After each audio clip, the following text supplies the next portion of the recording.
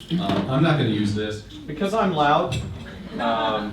If there's anybody who actually wants me to use the microphone, I will, but I kind of move around and I speak loud, so hopefully that's going to be enough for what I do. Janice, thank you. It's really, really kind. I'm very, very appreciative of the invitation to come and speak here because, which button do I press? That one. It's technology. Uses. Could I just for a second? Yes. There just might be some folks, maybe even me, who can't quite hear unless you take the microphone out of the, it would just be a little bit of a help. Do the Oprah thing. We don't want to miss that. Okay. Anyway, thank you, Mike. Anyway, no, I appreciate very much the invitation because just going around before dinner and talking with people, I see so many old friends here. I see so many people that I have met and whose names I've forgotten because I have a really, really bad memory. And they were very kind and they reminded me of their names, and I'll forget them soon. But I'll meet them again later. Because that's the point of a place like the Peace and Social Justice Center, because it's a place where so many people cross paths. There's so many people here that are engaged in so many things. Doug, I mean, we used to go out together to DSA meetings, and you know, the fact that you would take on such a complex issue and really wrestle with it and try to figure out what kind of stands need to be taken in order to defend what we understand to be the best, most democratic, most just position to take. That is the exact sort of thing that I see dozens of people doing in dozens of different contexts all the time. Whether it has to do with immigration, or whether it has to do with campaign finance, or whether it has to do with walkability, whether it has to do with education, whether it has to do with food systems. None of us are experts on all of those things, but somebody somewhere has lit a fire and has gone after the information necessary to really reach out and connect with people and explain to them the stakes and motivate them. And they show up at places like this so that we can meet them, so that we can learn from them, so that we can connect with them, so that we can get a ball rolling. And that's inspiring to me. So thank you for what you do, and thank you for so many of you for the good work that you're doing. And I hope that in some small way, the kind of ideas that I can throw out might help some other balls get rolling if I could. Okay, so I'm going to do this anyway because I want to be able to move my hands around. Anyway, you need to move it up higher? Yeah. If I can do this. Yeah. How's that? Something like that. Okay, we'll see if that works. I've neglected to ask whether or not there was even going to be a PowerPoint here, and so when I was about halfway through putting together my presentation, I realized I hadn't asked about this, so what I did was I made a whole bunch of copies of my presentation, and I thought, well, okay, I'll just pass one around to every single table so that everybody can see what's coming. But since there is a PowerPoint presentation, I'm not going to pass them out yet because there's some stuff in here that will be more effective if you haven't seen it before I click on it. You know, drama and all that. College professors are in part actors. They've got to think in terms of, you know, building up the tension to the big reveal and whatnot. So sustainability. There are as many different ways to talk about this issue and to engage with this issue as there are ways that so many of you are engaged in so many different things that I just made reference to. I mean, very, very simplistically, you can talk about sustainability in terms of climate change, global warming, and you can talk about what's taking place in Paris right now, a massive conference with representatives from over 150 countries wrestling with some of the biggest macro issues that the entire planet, that the entire human race is facing. And that's part of it. Another part of it is the work that's being done by a group of people that live in a community called Dancing Rabbit in the state of Missouri. And this was mentioned in the material that was sent out in conjunction with my presentation. There is an individual at Dancing Rabbit by the name of Michaela Ludwig, and she gives presentations talking about how they have developed a way of living whereby people are being fully fed and fully clothed and well housed and enjoying a very, very fruitful communal existence on basically less than $10,000 in revenue a year. How are they doing this? Well, there's a whole bunch of ways in which they're making use of green technologies, a whole bunch of ways in which they are making use of a lack of technology and their own resources to work together to achieve an extremely low impact, low carbon dependent lifestyle. And that's the sort of thing that individuals do when they come together and live on a very, very small scale. Well, that's part of sustainability as well. The part that I want to talk about is a part that's become very, very important to me over the last few years. And that's the part that pertains to the city of Wichita. I moved here 10 years ago. My family and I had had a rather itinerant existence before that because I'd done the stupid thing and decided to become a college professor, which meant that I was subject to forces way beyond my control. And so we moved from Utah to Washington, D.C., to Mississippi, to Arkansas, to Illinois, and then Friends University, which has gone through a lot of ups and downs and ups and currently another down. But I don't want to move again because I'm sick of moving. And my kids have grown up here, and for better or worse, we've put down roots here, and we've made it our home. And so I want to think about issues like democracy and justice and sustainability in the context of this particular place, which is way too big a place to really embrace a kind of retreat to a rural intentional community of about 500 people that live this extremely low impact life. But of course, it's also not a place that is going to be a player in the sort of conversations that are taking place right now in Paris. I'm sure maybe in some corner of his mind, Jeff Longwell might, have this delusion that he could get on a plane and fly to Paris, and everybody would say, "The mayor of Wichita." Well, okay, we need to listen to what this person has to say. But yeah, that's not going to happen. There's the huge macro level. There's the very, very individual micro level. What about the level in between? This is the thing that has become really, really important to me in my own research, in my own thinking. What can we say about the middle? What can we say about the people, the places that are not fully integrated with the large and the powerful and the macro and the cosmopolitan? They're entirely subject to those decisions which are made on that level, but they're not really a player on that level. But neither can they pretend that they can retreat to some sort of pastoral, libertarian, individualistic, agrarian, survivalist world, I don't know, in Haze. Or some imagined, isolated community. That's not Wichita.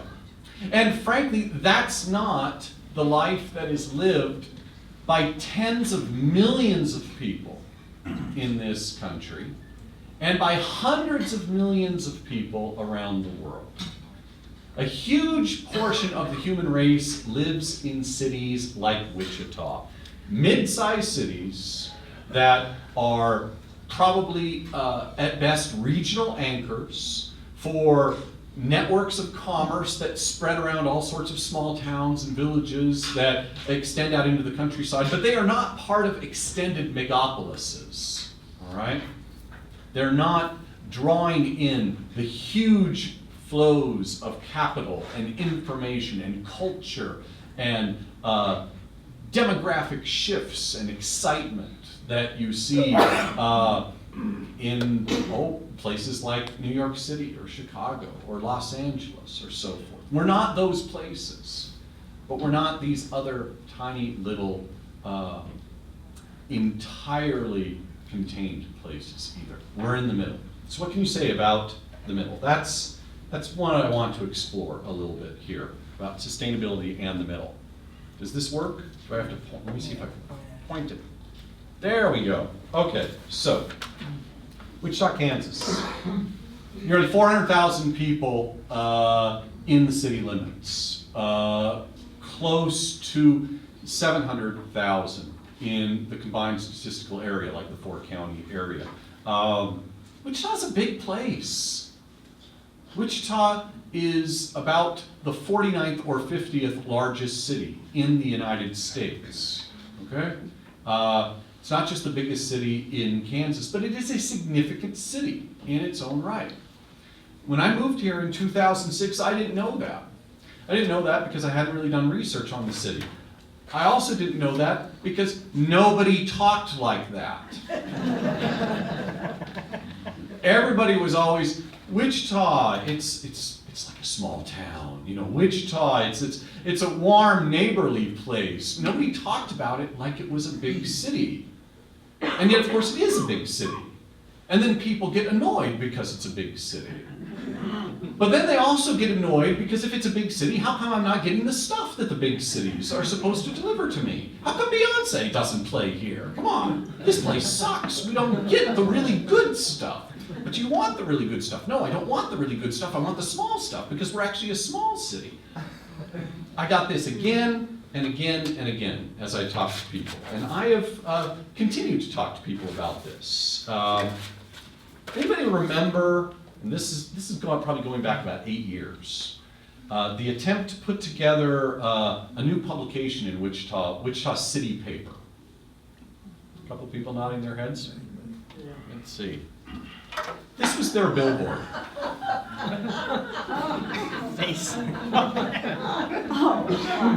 I remember that billboard and it stuck with me because I loved that billboard. Now, since I have gotten involved in this research project, I've gotten in touch with Mike Martlett and I've talked with him about what were you trying to do with Wichita City Paper, and specifically what were you trying to do with this advertisement? And there's actually a very interesting story there. They wanted to have the budget to create a advertising campaign that would focus on each of these individual faces, and it would, be spread out over a long period of time, and it was going to be a way to try to really reflect upon the diversity of the city and the resources of the city, but their money ran out, and so they just slapped all of the faces on one image and put the title right there.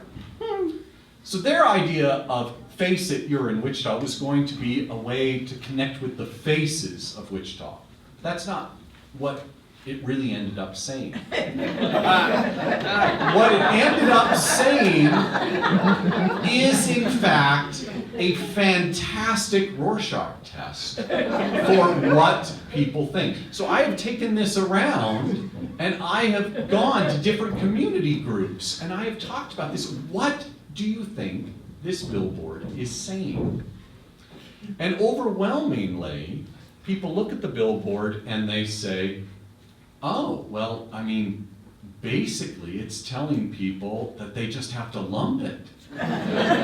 Basically, it's telling people that the place ain't that great. And we know it ain't that great. But we also know, and you also know, that you can't do a damn thing about the fact that it ain't that great, so why don't you just deal with it, sucker?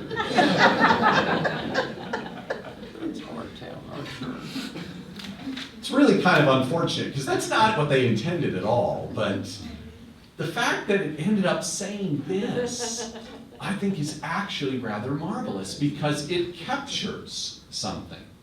It captures the fact that a huge number of people in this city, and I think that this could be said about Muncie, Indiana, Dayton, Ohio, Grand Rapids, Michigan. I think it could be said about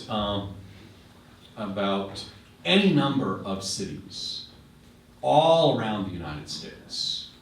These cities where hundreds of thousands, tens of millions of people live, but they can't grab on to the idea that they're a quaint little hamlet that's just doing their own little thing out in the corner of the wilderness. And they can't grab onto the idea that they're part of a busy megapolis where all of the big decisions are being made. They can't make use of either of those things. They have to deal with the fact that they're stuck somewhere in the middle, all right? Now that is something that a lot of people receive negatively. Settling. It's not usually seen as something positive. So I've kind of gone with that. And I've gone to different groups of people. And I've asked them, I've shown this to them, and I've asked them, okay, tell me really, what do you think of this city? What do you think about the possibilities for this city? What do you think about this place where you live? And I suppose there's a bit of a skewed selection effect in the places that tend to invite people like me to come and speak. Because what I usually get are reactions like this.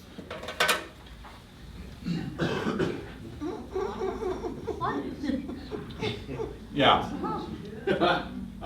What's Wichita? Oh, it's conservative, old, white, Republican, individualistic, but also conformist, religious, stingy, unimaginative, and fearful. Okay? Some of those, I suppose, you might see as positive things. Most of the people who expressed that were using them as negative descriptions.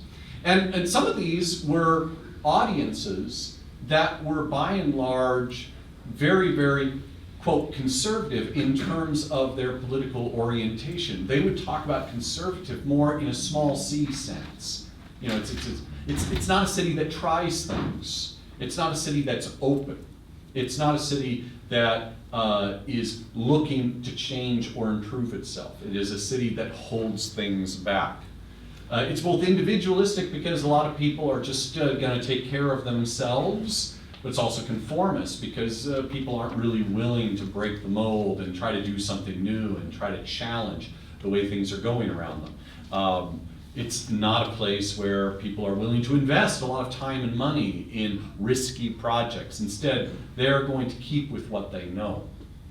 The fearful one, now that's one that I tack on there at the very end, because that's not one that comes up in conversations, but it's one that has come up in some work that's been done by a man by the name of James Chung, a statistician and economist, Harvard trained. He's been hired by the Wichita Community Foundation to come out and do some pretty extensive work in Wichita. So attracted a fair amount of attention around the city. He's dug into the census data. He's looked really closely at a variety of studies that have been done. And he's found, among other things, that Wichita is the 11th lowest city in the nation for people who talk with their neighbors frequently. It's the 9th lowest city in the nation for people who say they do favors for their neighbors often. And it's the lowest of all metropolitan areas when it comes to seeing or hearing from friends and family frequently. And then here was a really, really kind of gut-punching line. Although residents rate Wichita as relatively welcoming to families with young children and the elderly, it has much lower ratings in welcomeness to all other groups. For attachment to really grow and for people to want to come and stay in Wichita, all residents must feel welcomed here. Currently, the young talent group is on par with gays and lesbians as being perceived as the least welcome group in Wichita. Now, James Chung recently visited Friends University, and I was able to talk with him a bit before his presentation and afterwards. And I think he mostly agreed with me when I said that if you take a look at this information that you have pulled out, the common denominator is a population that is fearful of change, that is fearful of groups of people that are up and coming and might challenge their jobs or their position in society. Fearful of people that are just, because of the way they live, challenging their settled assumptions about all sorts of social and moral realities.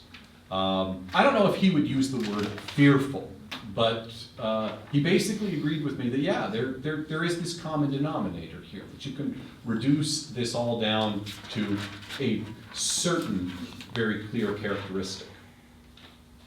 Here's the problem. I don't actually see that fear. I see it reported on. I see the obvious consequences of it, but I actually, myself, don't see it. Instead, I see this. I see in dozens of different groups that I have visited around Wichita, I see in hundreds of people that I have talked to around Wichita, all sorts of people that are engaged in all sorts of very, very ambitious, entrepreneurial, and challenging projects that involve them reaching out to other people. I can think of Laura Dungan's and Seed House. I can think of so many different things. I had a student of mine graduated a couple of years ago who's now working on a farm up in Valley Center, and he's working at a coffee house here in town. And he was telling me the other day when I invited him to come speak to one of my classes about this really cool shop that has just opened up beside the R Coffee House. And I asked him, the R Coffee House? And he says, oh, it's the old Perk. And we used to go to the Perk all the time to have our Democratic Socialist meetings. But it's, so I decided I got to go down and I got to see this place. And there's somebody there who's opened up this farm shop, and he's engaged with a lot of local producers, and they're talking about building co-ops, and it was exciting, and it was interesting, and it was different. And I see that sort of thing everywhere. So, where's the disconnect? Is it possible that there's a lot of resources for change, for openness, for even sustainability that maybe we're just not noticing are going on around this? Well, I have been fortunate enough to make friends with people that over the years that have opened up to me a different way of thinking about sustainability. For about 5 or 6 years now at Friends University, I have regularly taken students out on what I call local farm tours or local food tours. And my goal is to have them go out and meet people in the city of Wichita or around the city of Wichita who are building up their own kind of sustainable resources within their families, within their own local businesses, and they're doing this in ways that, frankly, are very, very challenging to the corporate capitalist order that is all around us. Now, let's be honest. The overwhelming majority of these people that I take my students out to meet with would never describe what they're doing as challenging the corporate capitalist order. But that's what they're doing, nonetheless. They are building alternatives. They are making connections that enable them to get off the grid and meet new people and do new things in ways that lower their carbon impact on the environment, that enable them to supply people's needs and wants without connecting them to extensive supply chains, that do not make them dependent upon the large economic actors in our society.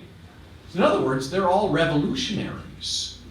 Again, like none of them would call themselves revolutionaries, but that's what I see them doing, all right?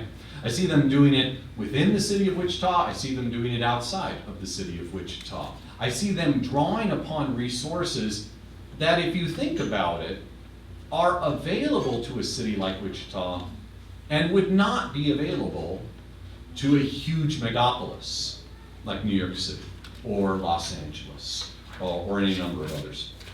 About a month and a half ago, I was able to attend a conference in upstate New York. And this was a conference of people talking about different varieties of localism. And there I met a wonderful scholar, a journalist and writer by the name of Catherine Tumber, who has written this book. And I have this book here.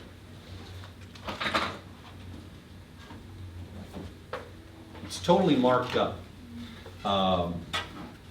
Catherine Tumber is from Rochester, New York. And then she was born in Rochester, New York, and grew up mostly in Lowell, Massachusetts.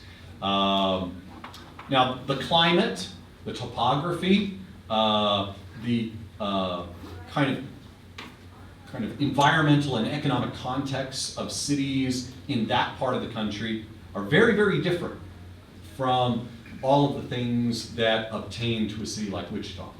Nonetheless, they went through similar changes over the past 50 years. We all know the stories about the Rust Belt and the decline of the auto industry and how that affected Detroit and how that affected Flint, Michigan, and how that affected dozens of cities that were part of that industrial development. But the same sort of thing, in a somewhat different register, can be said about the old textile cities of Northeast United States. It can be said about the air capital of the world, right here in Wichita. Basically what you're talking about is a situation where the globalization of the economy and the ways in which economic actors responded to globalization basically allowed for the development of new ways of making money, new ways of dealing with sources of profit. And those ways were mainly tied to concentrations of information access, financial institutions that were crowded in the largest cities of the world. And so therefore, the real wealth and the real power shifted to these larger megapolises, and the cities like Wichita, like Rochester, like Grand Rapids, like Dayton, like Muncie, like so many others, that really built a very, very strong progressive middle-class existence during the 20th century, find a lot of those opportunities now taken away from them because of outsourcing, because of different ways in which the global economy has changed. Her argument in this book is that these cities are situated to do things that the new global cities of the world, the New Yorks, the Londons, the Shanghais, and all of these others, cannot possibly do. Because while there has been a tremendous concentration of wealth and people and money and attention and media in these places, and a consequent increase of opportunity and change and transformation and innovation in those cities, one of the things they don't have is ready access to the kind of natural environmental resources that these other cities like Wichita, nonetheless still have. So, she makes the argument, and the title of the book, you see it right there, Small, Gritty, and Green, the Promise of America's Smaller Industrial Cities in a Low-Carbon World. Her argument is, as the world comes to fully appreciate the cost of an oil-dependent economy and corporate agriculture and so many other things that have had an extremely, an extremely exploitive effect on our natural environment. More and more people are going to be forced to look for other ways to satisfy their basic physical needs. And there are cities with significant concentrations of people, with significant infrastructure resources that can actually get at that stuff in a way that the global cities cannot. And so this is her argument for why sustainability actually needs cities like Wichita. Now, she doesn't talk about Wichita, but I think there are a lot of ways in which you can extend and apply the argument. Let me give you a couple of quotes from the book. The biggest challenge for those who care about a low-carbon future lies in the peculiar nature of American environmentalism itself, which idealizes untrammeled wilderness, places human beings outside of nature, and seeks to green everything indiscriminately. As a result, Americans are inclined to greenly aestheticize our various large-scale urban space supporting suburban forms. Until the urge to go green takes into account variations of urbanism, Americans will continue down the path of sprawl. Now, let me translate what that means if you don't understand. People love the idea of beautiful, pristine nature. And they want to move out to expensive suburbs where they can block off a whole bunch of land and create untrammeled, pristine nature right there. So we'll build the little lake, and we'll build the extensive green spaces. And of course, by doing so, we're going to take that stuff off of the housing market and thus increase the value of our own homes in already too expensive for most people to move into suburbs. And if we can't quite afford to move into this suburb, which is going to be named, I don't know, Wolf Hunt Grounds or something like that, don't worry, we'll just extend the 6 lanes of Kellogg even further, and we'll build another one down there, and we'll call it Otter Home or something like that. We'll just build another really expensive, really pretty, very, very green, expensive suburb, just further out from the city, making people more and more dependent upon driving in, which means that there's going to be the political demand to dump more and more money into this one traffic corridor, and the cycle just simply continues. How do you get out of that cycle? Well, maybe you need to appreciate the urban form, including the smaller urban form and the possibilities there. The sparsely developed, more proximate, often highly fertile land surrounding smaller industrial cities could be reserved for a revival of market farming. Compared with both recreational farming and traditional commodity agriculture, small and adaptive farms have the best chance of surviving in metro areas. They are better able to accommodate the haphazard, unplanned popcorn development of a city's outskirts, and their presence helps control it. Again, allow me to translate.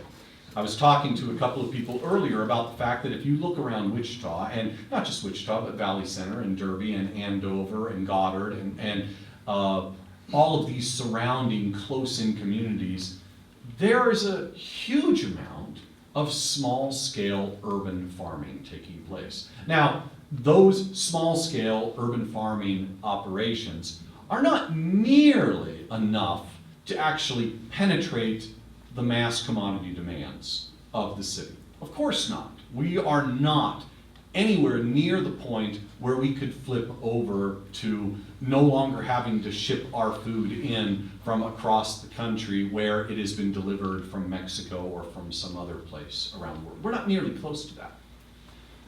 But we're a hell of a lot closer than New York City.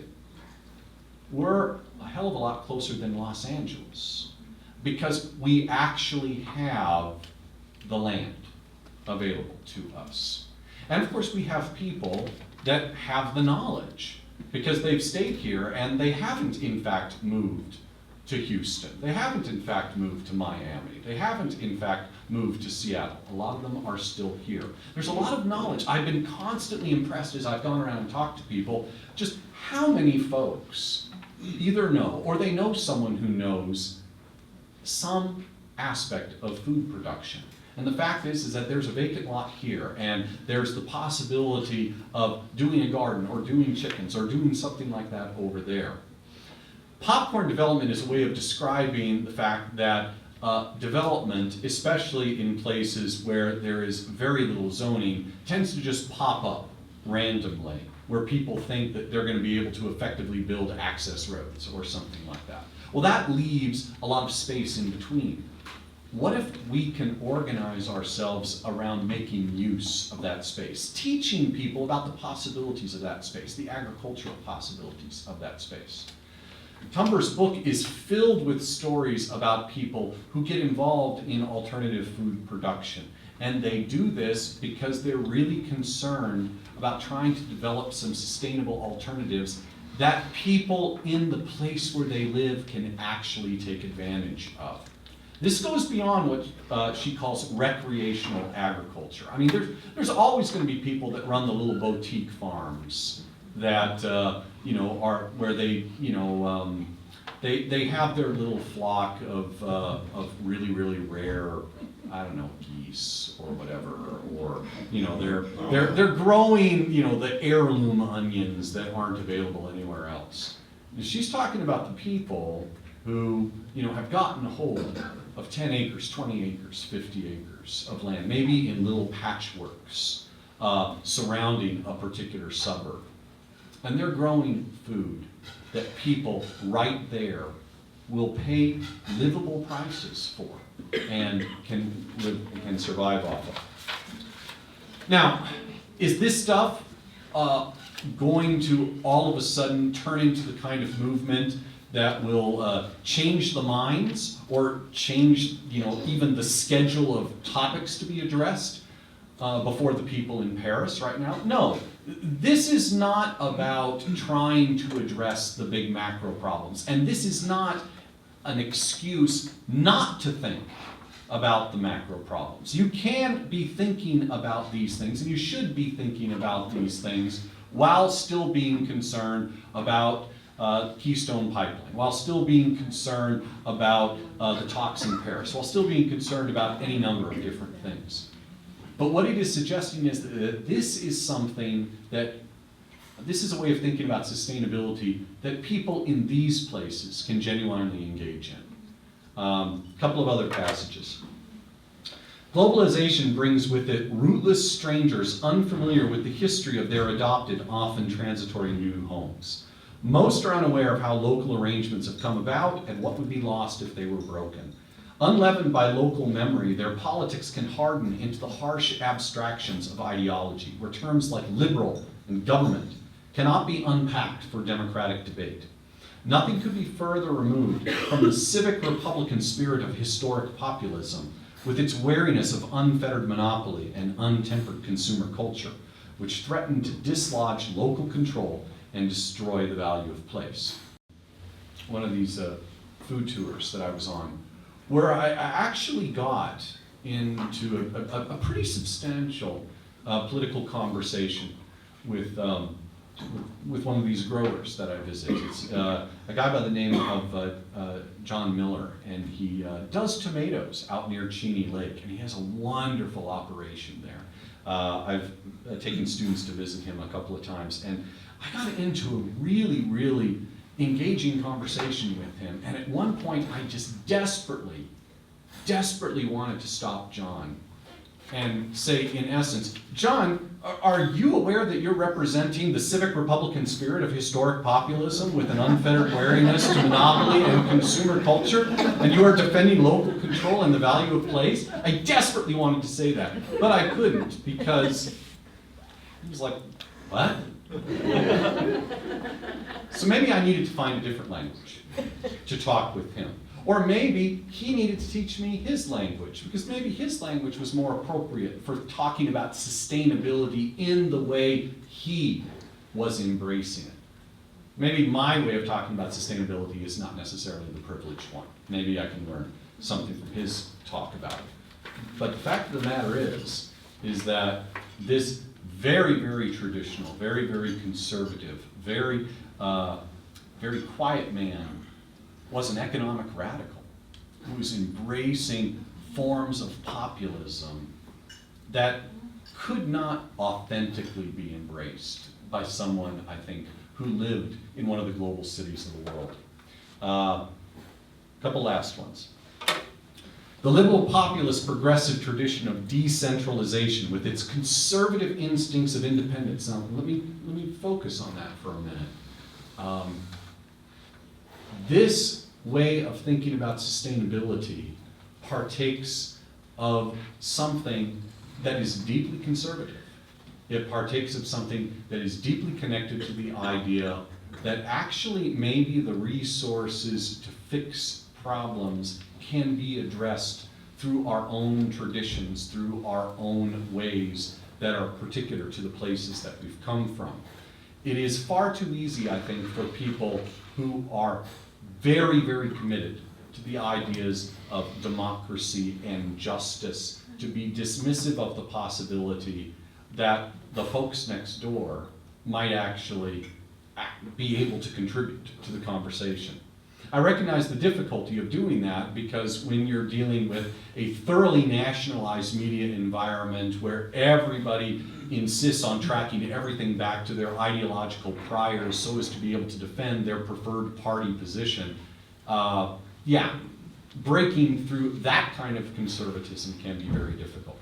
There's another kind of conservatism that I think is central to this kind of sustainability. With its conservative instincts for independence, preservation, and fair play, offers a body of thought for imagining a bright and more diversified future for smaller industrial cities.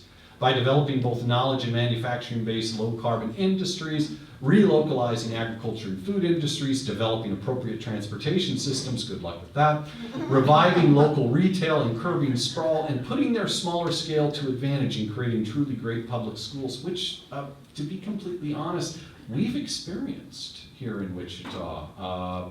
We keep bumping into people who, will tell us about, this horror story or that horror story, and I have to keep saying, wow, I've never seen any of that. I see a lot of teachers that are deeply connected to their places, teachers that I bump into at Walmart, and I bump into them at the barber shop, and I bump into them all over the place because they're part of this local network. A network that they can, in fact, engage with because it is not so completely overwhelmed by the level of urbanization that exists in some places around the world. Anyway, these smaller urban places can be a strength in a truly democratic, environmentally sustainable national culture, not in competition with global cities. Look, I'm as much of a dreamer of the decentralized socialist utopia as the next person. I'm sure everybody here agrees with me. Right. But I also know that there are good reasons why the global patterns of information and investment and ownership developed the way they did. For better or worse, there's reasons why these patterns exist. They're not going to be easily gotten rid of. So why don't we accept the fact that they are going to be dominating financial centers around the world and see what we can do when they're not looking at us. See what we can do with the things that they haven't been able to outsource, because you actually can't outsource fertile soil. You can destroy it by not taking care of it. You can ruin it by not taking care of your water supply, but it can't by banks, by investment companies, by multi-billionaires. It cannot, in fact, be uprooted and relocated to Thailand, where it will be farmed so much more cheaply than you can farm it. I mean, of course, Walmart will keep buying in bulk its food from places around the world and investing in expensive oil technologies in order to ship it to you. But still, the fact of the matter is that soil is still there, right there, with a fair claim to respect in different eyes of the world. Is this something that is so minimally present that it is of no relevance whatsoever to a national conversation? I don't think so. You look around the United States, and you can find all around Texas and Oklahoma and Kansas and Missouri and Nebraska and Iowa and Tennessee and Kentucky and other places, you can find these small, not agglomerated, but nonetheless significant bases of population. There's hundreds of millions of people that live in those little places. or at least tens of millions of people that live in those little places. They can be part of the sustainability conversation. Wichita can be part of the sustainability conversation. That's why I think that as we push the macro efforts as best as we can for our votes, with our votes, and as we encourage the small individual efforts as best we can through our own contributions and our own education, let's be aware of the fact that sustainability broadly actually maybe really needs places in the middle like us. Thank you.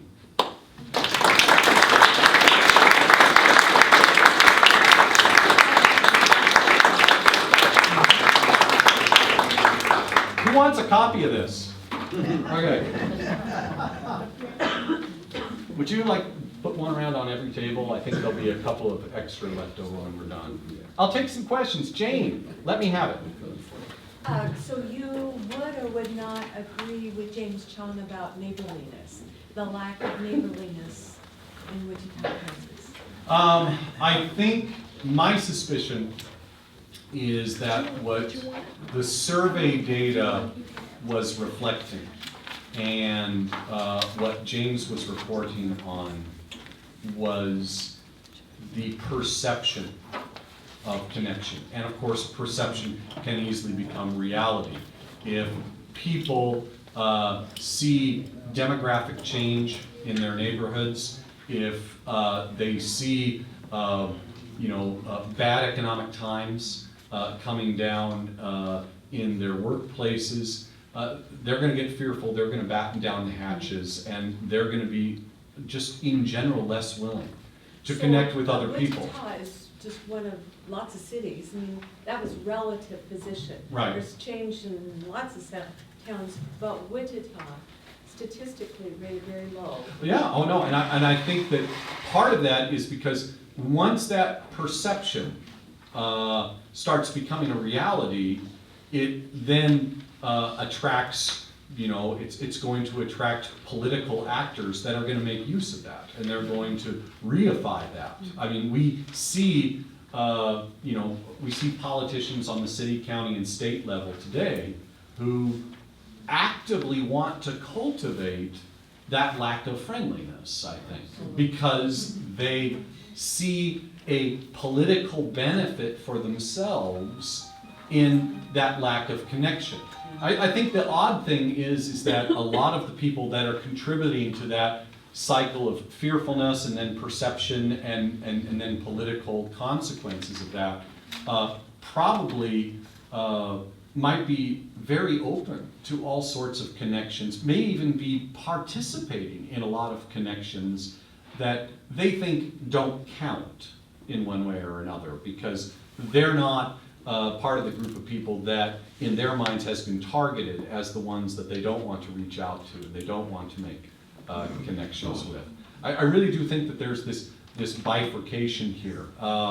Another comment of this former student of mine that I invited to come and speak, he came to James Chung's presentation as well. And we were talking about it afterwards, and he says, I just don't see that. But then again, I live in Riverside, and the environment that is being institutionalized through practices and relationships in Riverside is not as politically powerful as the perceptions that are being institutionalized, say, out at Mays and 21st. It was a real specific diagnosis that he gave in that way. People talk about two Wichitas, East Side and West Side. This is in a lot of ways a very tribal city, and people's perceptions are shaped by the particular tribe they're part of. But I don't think it's East Side, West Side. I think that there's a couple of more dynamics at play than that. So, sorry, I kind of went off. And did I answer your question, or did I go in a different direction? Okay. Yes. So, what little practical thing could I do to help support this? Would it be a matter of me, whenever possible, not going over to Dillon's or Target to buy my groceries and going into the farmer's market? That'd certainly be one way to be part of it. Absolutely. I think that would be one very important part of it. But there's other things as well. I mean, you know, you take a look at, you know, those people at the farmer's market that you buy stuff from. I mean, do you know any of them? Would you be interested in making connections with any of them? Are there ways in which you can contribute to the things that they're doing? And you know, are there entrepreneurial opportunities that might make you a participant in those kinds of marketplaces? And I mean, and that doesn't necessarily mean that you're one of the producers. Maybe it's, you know, you get on your bike and now you're going to be traveling to the farmer's market and you're seen by other people getting out there and walking and riding, and that contributes to another set of perceptions that help shape what people think is possible from these little local places. Yeah, that's what I see. Yes? And the next farmer's market at the Extension Center, the winter market is on Saturday? It's this Saturday. It's this The Saturday. 19th. No, there's one this Saturday. Yeah, the 5th and the 19th. Oh, okay. Yeah. I don't know. Well, I know these guys. They send me email. Yes, they have them in the winter time. Now, they're actually, okay, please don't hold me to this, because they're actually having a problem with the Sedgwick County Extension Center, because the Sedgwick County Extension Center has realized that an awful lot of people are continuing to show up during the winter to buy this locally produced food. And they have allowed that the center is going to open so that they can have the farmers market on the inside on particular dates. That's what's going to happen on the 19th. But on the 5th, there were people that were just going to show up in the parking lot, which is the way it's been done for years. And the Sedgwick County Extension Center is starting to say, well, maybe we should charge you a fee for showing up in our parking lot. And so the people that I've talked to, they want to continue to show up on a bi-weekly basis, but the Sedgwick County Extension Center wants them only to show up once a month when they open up their doors. And if they continue to show up on a bi-weekly basis, they might, I don't know, have the cops show up and say, go away, go to a different parking lot or something like that. So that one's, I'm planning on going there on the 5th so I can buy my eggs. But the next official one, when the Sedgwick County Extension Center opens its doors, is the 19th. Yes, over here. Just a side note to that is, if you do connect up with them, like there's one of those people that live not too far from me, and she's like, come to my farm and I will sell it to you. So Yes, yeah. You know, to be able to actually go out to these places and, you have to figure out where they're located. well, but a lot of them are not located that far. Right. Yeah. Well, I mean, that's kind of the point of the whole conversation. A lot of them are fairly close in. Okay, yes. Couple of suggestions for increasing connectivity between individuals. One of them, when I was living in Oregon, there was a community that was developed deliberately, including front porches on all the houses, and putting garages in the back, unlike most communities, so that people could resume the old habit of sitting on their front porch and reading their neighbors. But the other one is get people dogs. Dogs are incredible connectors. I met more people in my neighborhoods for my dog than I ever would. Those are great suggestions. The front porch thing really resonates with me. I'm actually a contributor to this online publication called Front Porch Republic, and I would probably agree with probably only about 30% of the stuff that shows up on the site. But I mean, for some reason they haven't gotten rid of me yet, so they let me show up and, you know, talk about Bernie Sanders and why he's actually a localist and stuff like that. So anyway, yes.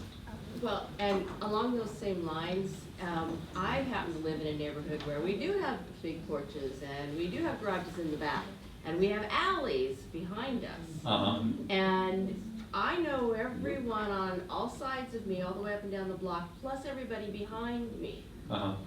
What we do a lot of is sharing food across the fence.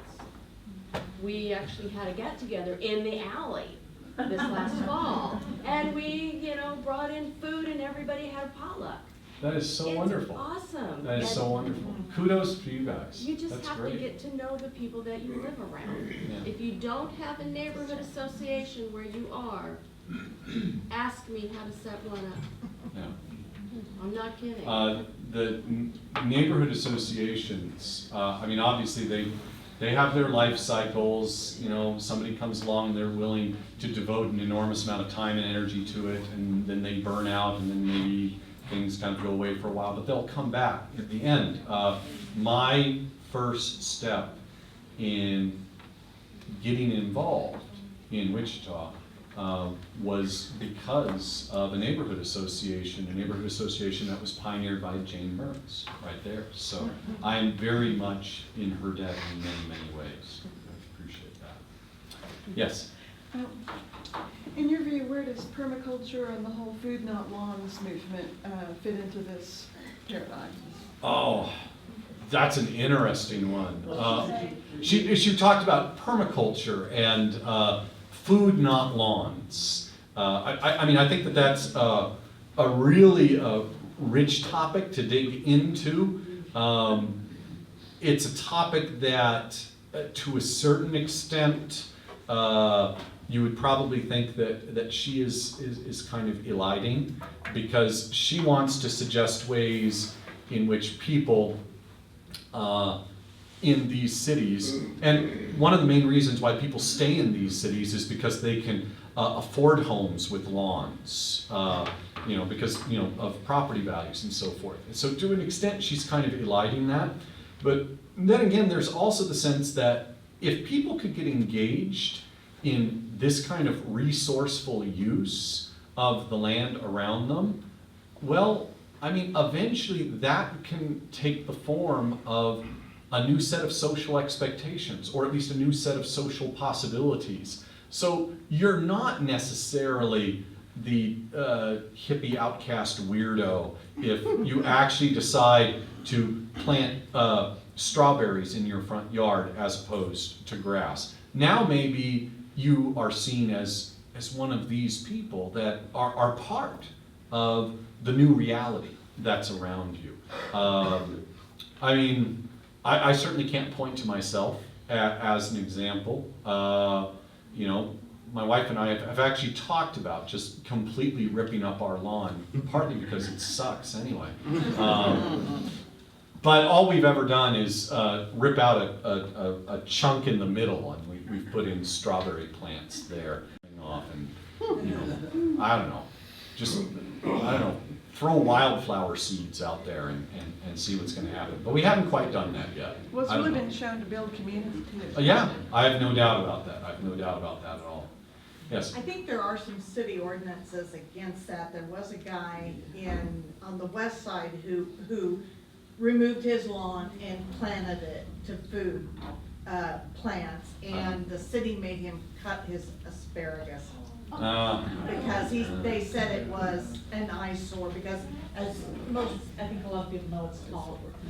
So, I think there are some city ordinances. Oh yeah, I mean, and that's a reality, and that's one of the reasons why, you know, people who develop their own particular specialties and their areas of expertise and roll their own little balls are so important here, because there's going to be all sorts of particular issues involving, you know, land use and property rights and riparian issues and so forth, and that's going to involve a lot of deep and prolonged engagement to make changes. She gives some good examples of this book of the long battles that sometimes people have had to make with county and city government and with you know, developers in order to make use of the land that is in fact still available to be used.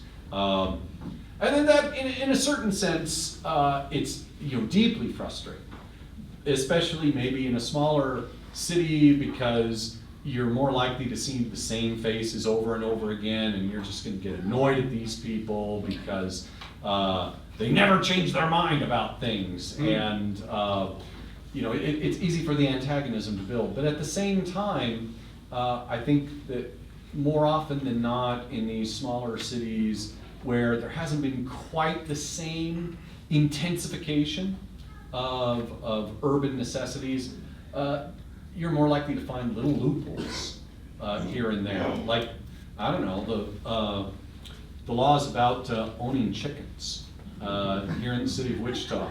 I mean, when I first moved here and I first started getting involved in this stuff, I assumed that there was a big difference between city and county, and there's a slight difference, but by and large, actually, you know, you can live in College Hill, you can live in Riverside, you can live in any neighborhood within the city of Wichita, and you can basically just operate a hen house in your backyard. So there's going to be these little loopholes. So look for those as well. No roosters.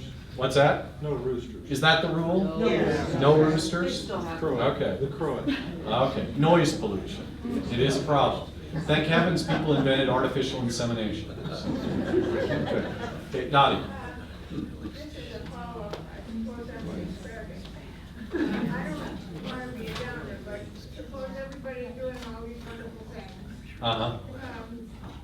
The people I study are mostly tribal people who are already living in such communities that are sustainable, and then a mine comes in, and they no longer have water to drink or land to plant on, and the power differential between local people and national and international people is totally undeal-withable. I don't know what one is to do. Oh, and that's why, as I said there at the end, you can't ever take your eye off of the big macro level ball.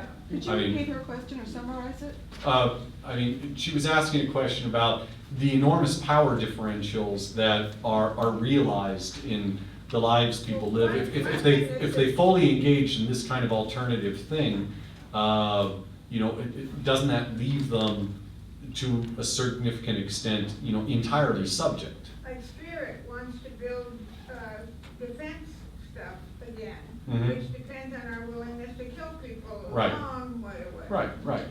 And you know, this is the sort of thing that, you know, has a real impact on the places where, you know, where people actually live, and they're looking to make use of these natural resources. And so again, you can't ever take your eye off the big macro level ball. You know, and I mean, I really want to believe that there are ways in which you can conceive of both, you know, simultaneously, that you can see action on one level actually also being action on another level. But even if you can't do that, I think it's important to recognize that scale matters. And if you are obliged to act and conceive of the best way to articulate that action on one level in one way, that doesn't mean that you can't talk a different language when you need to engage on a different level. Yes? Just wondering if she talked about the impact of new agricultural technologies. It's actually old, aquaponics. Oh yeah, quite a 100% bit, natural. quite a bit, because you know, she's not as optimistic as some people are. I mean, some people really, I think, seem to believe that we're about to turn the corner into this radically new DIY world where the ability to do all of these things on your own and disconnect from the larger grid, political, economic, and otherwise, is within our grasp. I don't think it's within our grasp. But she does say, hey, but in the meantime, look, there are technologies that allow you to do so much more in terms of productively creating alternatives out of your locally available resources than was the case even just 10 years ago. You know, forget about 40 years ago. So, yes. I just have an interesting comment. Okay. Part of my college years, which was many, many years ago, was in California. And I moved there as a young person from Kansas. And in my major was sociology, so I was in a class where you talk about this.